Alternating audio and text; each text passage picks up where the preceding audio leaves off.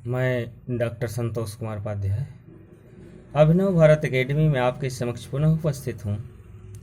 आज मैं अंतर्राष्ट्रीय राजनीति के क्रम को आगे बढ़ाते हुए भूमंडलीकरण या वैश्वीकरण से क्या हानियाँ हैं, भूमंडलीकरण और वैश्वीकरण की हानियों का वीडियो लेकर के आपके समक्ष उपस्थित हुआ हूँ। संयुक्त राष्ट्र महासचिव कोफी अन्नान ने संयुक्त राष्ट्र सहस्त्राब्दी रिपोर्ट सितंबर 2000 में स्पष्ट कहा है कि वैश्वीकरण के प्रतिकूल प्रक्रियाएं शुरू हो गई हैं, क्योंकि ये लाभ बहुत असमान रूप से वितरित हैं। क्योंकि वैश्विक बाजार को अभी तक सहभागी सामाजिक लक्ष्यों पर आधारित नियमों के अधीन नहीं किया गया है। यह सर्वविदित है कि जहां पिछले 25 साल से भूमंडलीकरण की प्रक्रिया तेज हुई है, वहीं अंतर्राष्ट्रीय श्रम प्रवास में स्पष्ट कमी आई है। भूमंडलीकरण का संस्थागत ढांचा भेदभाव से भरा है। एक तरफ तो यह प्रावधान है कि राष्ट्रों की सीमाएं व्यापार या पूंजी प्रवाह में बाधक न बने, दूसरी तरफ तकनीकी या श्रम प्रवाह की राह में अड़चनें डाली जा रही हैं। यह उम्मीद की जाती है कि विकासशील देश अपने बाजार अमीर देशों के लिए खोल दें तथा पूंजी का निवेश अपने यहाँ होने दें, लेकिन बदले में विकसित देशों से तकनीकी तथा निर्विघ्न श्रम प्रवाह की मांग न करें। इस बात का पर्याप्त सबूत है कि पिछले 25 वर्षों में भूमंडलीकरण के चलते राष्ट्रों और लोगों के आय के स्तरों के बीच खाई गहराती गई है। आय वितरण की असमानताएं भी बढ़ी हैं। ब्रिटेन, अमेरिका, अफ्रीका और पूर्व समाजवादी देशों में गरीबी बढ़ी है। संगठित क्षेत्रों में रोजगार के अवसर कम हुए हैं। इसलिए ज्यादातर श्रमिक असंगठित क्षेत्रों में काम करने के लिए मजबूर हैं। जहां उत्पादकता और मजदूरी स्तर निम्न है, श्रम और उत्पादन की किस्म भी घटिया है। भूमंडलीकरण ने कुछ ही लोगों, प्रांतों और राष्ट्रों के लिए लाभ के ऐसे अवसर खोले हैं जिनकी 3 दशक पहले कल्पना नहीं की जा सकती थी। इस दौर में अमीर एवं विकसित देशों की जीत हुई। जिस वर्ग को लाभ पहुंचा है वह संपत्तिशाली, उच्च शिक्षित पेशेवर, प्रबंधक, तकनीक क्या ज्ञाता और मुनाफे के लिए जगह जगह पहुंचने में सक्षम है। दूसरी तरफ छोटे मोटे काम करने वाले, जोखिम न उठाने वाले और किराए की तकनीक अपनाने वाले नुकसान में रहे हैं। भूमंडलीकरण के इस दौर में जीतने वाले राष्ट्रों में संयुक्त राज्य अमेरिका, पश्चिमी यूरोप, जापान, पूर्व एशिया और दक्षिण पूर्व एशिया का नाम आता है। और पिछड़ने वाले देशों में लैटिन अमेरिका, अफ्रीका, पश्चिमी एशिया, पूर्व एशिया और दक्षिण एशिया क्षेत्र के देश हैं।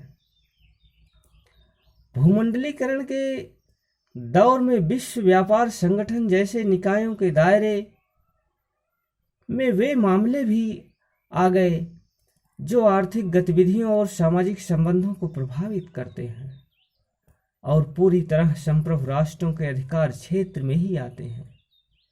इसे भूमंडलीकरण की प्रक्रिया का नाम दिया गया है, जिसका उद्देश्य सदस्य राष्ट्रों की संप्रभुता का हनन करना, उनके अधिकारों को सीमित करना है। भूमंडलीकरण की व्यवस्था में स्वतंत्र व्यापारिक उद्यमों का तो गला घोटा जा रहा है।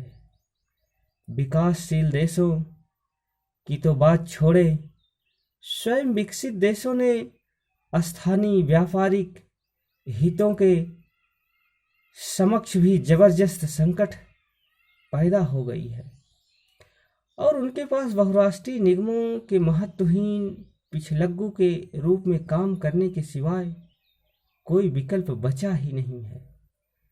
पूर्वी एशियाई देशों में वित्तीय उथल पुथल के बाद तो भूमंडलीकरण की प्रक्रिया में भयावह परिणाम सभी विकासशील देशों की समझ में अच्छी तरह से आ गए हैं।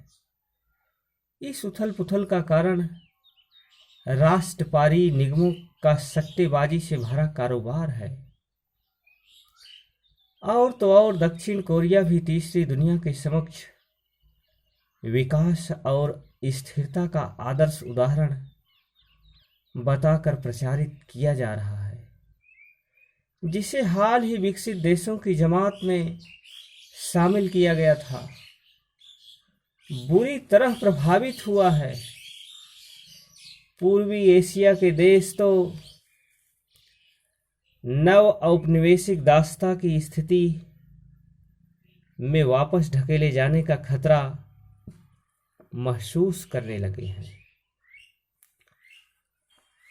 पूर्वी एशियाई देशों को मौजूदा संकट से उबारने के लिए दी जाने वाली सहायता के साथ विश्व बैंक, अंतर्राष्ट्रीय मुद्रा कोष और विश्व व्यापार संगठन ने आपस में मिलजुल कर ऐसी कड़ी